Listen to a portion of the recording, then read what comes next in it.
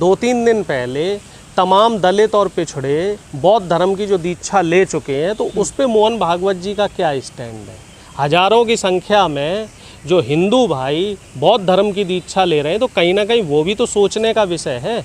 सब तो गलत नहीं हो सकते कि साहब मुसलमान भी गलत है, मुसलमान साहब पाकिस्तानी है, आतंकवादी हैं, सिख हैं, सिख भी गलत है साहब, सिख खालिस्तानी है, ईसाई हैं, ईसाई तो शुरू से गलत थे क्योंकि उन्होंने देश पे राज किया। अब साहब बौद्ध धर्म के लोग भी गलत हो गए।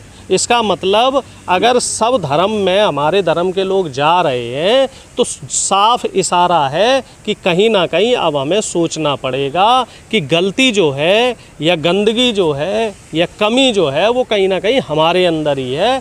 तो मैं आपके चैनल के माध्यम से निवेदन करूंगा कि मोहन भागवत जी आत्मविश्लेषण करें, आरएसएस के लोगों की एक मीटिंग बुलाएं और उनको समझाएं कि आप भाई इस समय जो ये नफ़रत की राजनीति आप कर रहे हैं, इसको ना करके जो लोग अलग अलग धर्मों की दीक्षा लेके जा रहे हैं, कोई मुसलमान बन रहा है, कोई बौद्ध बन रहा है, कोई ईसाई बन रहा है, इनकी घर वापसी का कार्यक्रम करें साहब। नहीं तो पता चला कि आरएसएस में 10-5 लाख ही बचेंगे, बाकी सब कोई ईसाई बन जाएगा, कोई मुस्लिम बन जाएगा, कोई हिंदू बन जाएगा। पहले अपना घर मजबूत कीजिए साहब, उसके बाद फिर आप बयानबाजियाँ कीजिए कि मुसलमान से हमें खतरा है या ईसाइयों से हमें खतरा है या किससे हमें खतरा है। खतरा हमें किसी से नहीं है। आप पहले अपने लोगों को समझाइए, कहीं ना कहीं अपने लोगों को समझाने की ज़रूरत है। लेकिन भागवत एक तरफ कहते हैं कि जो हिंदू हो चाहे मुसलमान हो, सबका डीएनए एक है, फिर वो जनसंख्या नियंत्रण की बात क्यों करते हैं? कन्वर्ट करवा लो ना, अगर डीएनए एक है तो सबकी घर वापसी करवा लो। ये तो मैं कहता ही हूँ कि जो यहाँ पे मुसलमान रह रहे हैं तो वो पहले हिंदू थे, अब आप उनकी घर वापसी करवा लो। घर वापसी करवाने से रोका किसने है? लेकिन ये वो काम नहीं करेंगे। ये काम करेंगे क्या? ये सिर्फ नफ़रत की राजनीति करेंगे, क्योंकि नफ़रत की राजनीति और जो हेट पॉलिटिक्स है इन्हीं की इनकी दुकानदारी चल रही है। और जनता भी तो इस चीज़ को समझ रही है, आप जैसे मीडिया वाले लोग भी इस चीज़ को समझ रहे हैं कि ये मुद्दे बनाए जा रहे हैं। असल में इस तरह की कोई बात है नहीं, हकीकत इससे कहीं परे है। और भागवत जी भी इस चीज़ को समझ रहे हैं और जनता भी इस चीज़ को समझ चुकी है। यादव जी, आप प्रोफेसर भी रहे हैं, तो क्या आपको नहीं लगता कि जनसंख्या नियंत्रण की बहुत ज़रूरत है देश में, जिस तरह से आबादी बढ़ रही है देश की? देखो साहब, इस समय 3 चीज़ों की ज़रूरत है। शिक्षा की ज़रूरत है, इस समय रोज़गार की ज़रूरत है, और इस समय भ्रष्टाचार पे लगाम लगाने की ज़रूरत है। अगर सरकार ईमानदारी से इन तीनों मुद्दों पे काम कर ले तो देश की जो बाकी समस्याएं हैं, गरीबी, भूखमरी और जो ये आप जनसंख्या, ये सारी समस्या खत्म हो जाए। संसाधन सीमित हैं सर, संसाधन बहुत है, उन संसाधनों का सदुपयोग नहीं हो पा रहा क्योंकि जानकारी का अभाव है, शिक्षा का अभाव है। हमारे देश में शिक्षा का अभाव है। 20 करोड़ लोग भूखे सोते हैं सर देश में। इसलिए सोते हैं कि जो हमारे अनाज के भंडार है ना वो भरे पड़े हैं, वो सही जगह अनाज नहीं पहुंच पा रहा है। अच्छा। जो सोर्स हैं, जो स्रोत हैं, उन स्रोतों का बराबरी से वितरण नहीं हो पा रहा है, और उसकी पीछे भी शिक्षा का अभाव है। जो हमारे देश का प्रत्येक नागरिक है उसको उसके मूलभूत जो अधिकार हैं उनको समझाने की ज़रूरत है, और उन मूलभूत अधिकारों को समझने और समझाने के लिए उस व्यक्ति का शिक्षित होना ज़रूरी है। जो ये फ्री की रेवड़ियाँ मोदी जी बांट रहे हैं, बीजेपी आरएसएस के लोग बांट रहे हैं, इससे जनता का भला नहीं होना है।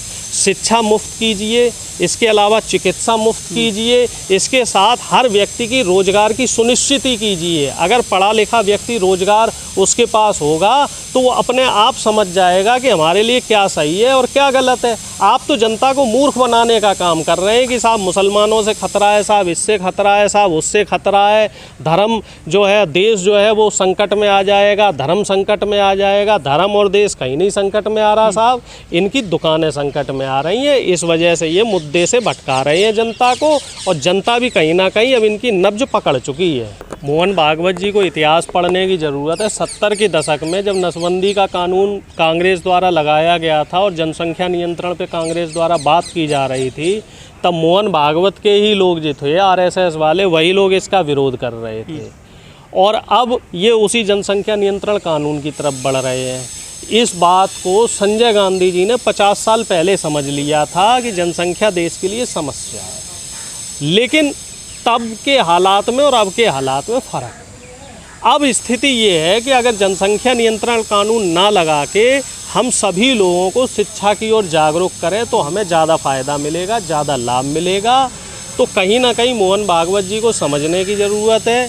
मोहन भागवत जी का कभी कोई बयान आता है, कभी कोई बयान आता है, वो तिल मिलाए हुए हैं। जो भारत जोड़ो यात्रा चल रही है ना साउथ से, तो उसने मोहन भागवत जी का कहीं ना कहीं दिमागी संतुलन बिगाड़ रखा है। इस वजह से वो अनसंट और उल जलूल बयानबाजियां कर रहे हैं। कहीं मस्जिदों में जा रहे हैं, मौलानाओं से कहलवा रहे हैं कि मोहन भागवत जी तो जो है वो राष्ट्रपिता होने चाहिए। कहीं मोहन भागवत जी राहुल जी की तारीफ़ करते हैं, कहीं मोहन भागवत जी सोनिया जी की तारीफ़ करते हैं कि सोनिया गांधी जी ये हैं वो हैं, और कहीं ये कर रहे हैं। तो मोहन भागवत जी पहले तो अपना स्टैंड क्लियर करें कि आप करना क्या चाहते हैं, और इस तरह की जो फिजूल की बयानबाजियां हैं उनसे परहेज करें। लेकिन वो जिन लोगों से मिल के आए थे, जैसे कि एसवाई कुरैशी हैं, वो भी कह रहे हैं कि बढ़िया बात बोलिए भागवत साहब ने, वो समर्थन कर रहे हैं भागवत की बातों का। कुरैशी साहब को भी अपनी दुकान चलानी है, हाँ। भागवत जी को भी अपनी दुकान चलानी है। दोनों की दुकानें ठंडी पड़ी हैं, दोनों को कोई पूछ नहीं रहा है। इधर आरएसएस को अडानी ने हाईजैक कर लिया है, आरएसएस की अब ज़्यादा चल नहीं रही है। अडानी जी इतने पावरफुल हो गए हैं कि अब आरएसएस के हाथ में बहुत ज़्यादा चीज़ें नहीं बची हैं। तो इसलिए कहीं ना कहीं मोहन भागवत जी अब अपनी, और आरएसएस जो है वो अपनी ज़मीन तलाश रहा है। इसी वजह से ये कुरैशी साहब के पास जा रहे हैं और तमाम मौलानाओं के पास जा रहे हैं, और जो तमाम मौलाना जिनके पास जा रहे हैं उनके भी मामले इस समय ठंडे पड़े हुए हैं। तो सब मिलजुला के कुल मिला के लोकप्रियता बटोरना चाह रहे हैं, और जनता को इन चीज़ों में अब कोई ज़्यादा दिलचस्पी नहीं है कि जनसंख्या का कानून आए या फिर हिंदी राष्ट्रभाषा बने। जनता समझ रही है, जनता सब समझ रही है कि इनकी कथनी और करनी में कितना फ़र्क है। ये 50-60 रुपए का डीजल पेट्रोल कहते कहते सरकार में आए, और इस समय महंगाई के नाम पे लूट खसोट मचा रखी है इन लोगों ने। तो इनकी बातों को अब बहुत ज़्यादा गंभीरता से नहीं लिया जा रहा। मोहन भागवत कह रहे हैं सबको रोजगार कैसे दिया जा सकता है? तो ये बात तो इन्हें 2014 से पहले सोचनी चाहिए थी, जब ये कह रहे थे कि हर साल 2 करोड़ रोजगार देंगे और काला धन जो है वो वहाँ से वापस आ जाएगा, स्विट्ज़रलैंड से, स्विस बैंक से डीजल पेट्रोल की कीमतें कम हो जाएंगी। अब आज की तारीख में देख लो, डॉलर जो है, डॉलर के मुकाबले जो रुपया है वो 82 पार हो गया है। इतनी ऐतिहासिक गिरावट, और अब वो प्रधानमंत्री जी, अब आरएसएस और अब बीजेपी के लोग उस पर बोलने को तैयार नहीं है। पहले जहाँ 60-62 रुपया चल रहा था डॉलर के मुकाबले, तब ये लोग कहते हैं थे कि प्रधानमंत्री जी की इज्जत गिर रही है, प्रधानमंत्री जी की जो है गुडविल गिर रही है। अब प्रधानमंत्री जी कहाँ हैं? अब बीजेपी के लोग कहाँ हैं जो आए दिन दिल्ली और समेत तमाम मीडिया पे बैठ के चिल्लाते थे, दहाड़ते थे, विधवा विलाप करते थे? अब ये लोग कहाँ हैं? अब ये सब लोग सत्ता की मलाई खा रहे हैं। अब इन्हें जनता के हितों से कोई सरोकार नहीं। लेकिन बीजेपी के नेता कई बार बोल चुके हैं, यदि जनसंख्या नियंत्रण नहीं हुआ ना, देखिए, ये धर्म की राजनीति छोड़ दें। जो इंटेंशनली एक धर्म को टारगेट करके जो ये वोट बैंक की राजनीति करते हैं उसको छोड़ दें। जो इस समय मुद्दे हैं उन पे बात करें। शिक्षा, रोजगार, महंगाई, महिला सुरक्षा और किसानों के मुद्दे, ये जो 4-5 मुख्य ज्वलंत समस्याएं हैं, इन पे काम करना शुरू करें। ये धर्म का जो ये आप मस्जिद का, मंदिर का, और आप हिंदू मुस्लिम का ये जो सब काम कर रहे हैं ना, इस काम से बहुत ज़्यादा लाभ इनको नहीं मिलने वाला है। जनता इनकी नब्ज पकड़ चुकी है, जनता इनकी हकीकत जान चुकी है, और जनता भली भांति समझ चुकी है कि अब बीजेपी और आरएसएस के जो प्रोपेगेंडेज हैं और जो सस्ती लोकप्रियता के लिए बने रहने में जो ये शिगुफे छोड़ते हैं, उनमें अब कोई बहुत ज़्यादा दम नहीं बचा है। लेकिन भागवत साहब ने ये भी कहा है कि हम नहीं चाहते कि देश में ऐसी स्थिति बन जाए। भाई देखिए, इसमें मुझे एक चीज़ ये समझ में नहीं आती कि आप मुसलमान तो टाइट कर रहे हो, चलो अच्छी बात है, ठीक है, लेकिन जो अभी